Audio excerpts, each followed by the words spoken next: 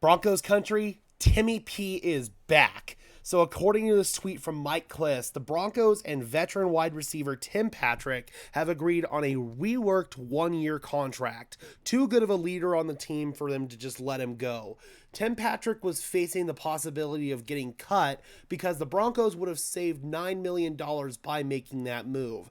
Now, they've significantly redone his deal by taking down the finances quite a bit, making this a much more team-friendly deal. Wouldn't be surprised if this is worked down to a 1-year deal close to the vet minimum with a bunch of incentives for playing time and stats that he could achieve and all kinds of good stuff like that. So I wouldn't be surprised at all if this is an incentive-laden deal, a prove-it type of deal for Tim Patrick. For me, this is the move that always made the most sense, especially if we're going to indeed move on from either Courtland Sutton and or Jerry Jeudy.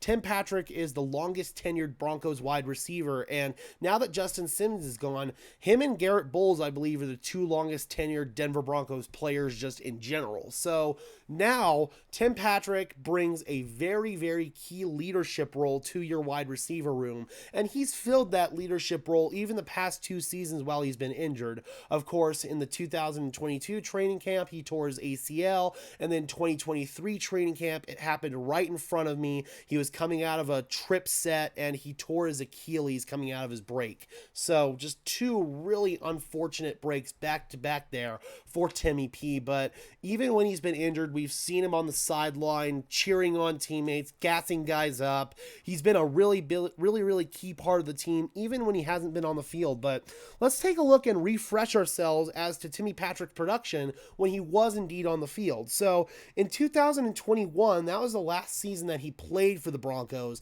The last Broncos quarterback that he caught a pass from was Drew Lock in the 2021 season finale. In that season, 53 catches, 734 yards, and 5 touchdowns. Prior to that, in 2020, 51 catches, 742 yards, and 6 touchdowns.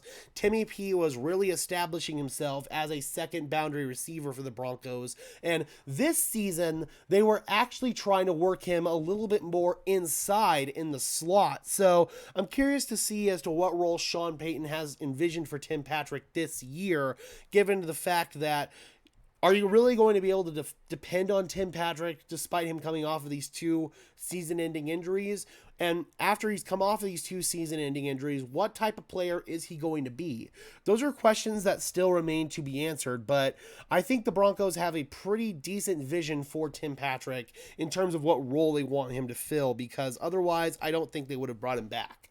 All right, Broncos country, I am curious, how do you guys feel about the Broncos bringing back Tim Patrick? As of right now, the financial terms of the deal have not been disclosed, but I imagine, again, this is probably going to be like a 1-year deal, heavily incentive-laden. For me, this is the move that made the most sense from the get-go, but I'm curious about your thoughts on this Broncos country. Drop those comments down below. I would love to hear them as always. Be sure to leave a like on this video as well as subscribe and ring the bell so these videos appear in your notification feed. I would really appreciate it, guys. Those are 2 free and easy ways to show your support, helps tell YouTube's algorithm to push us out, and helps us get seen by more and more members of Broncos country just like you and me. And until next time, guys, I am your host, Gage Madrid, saying peace out.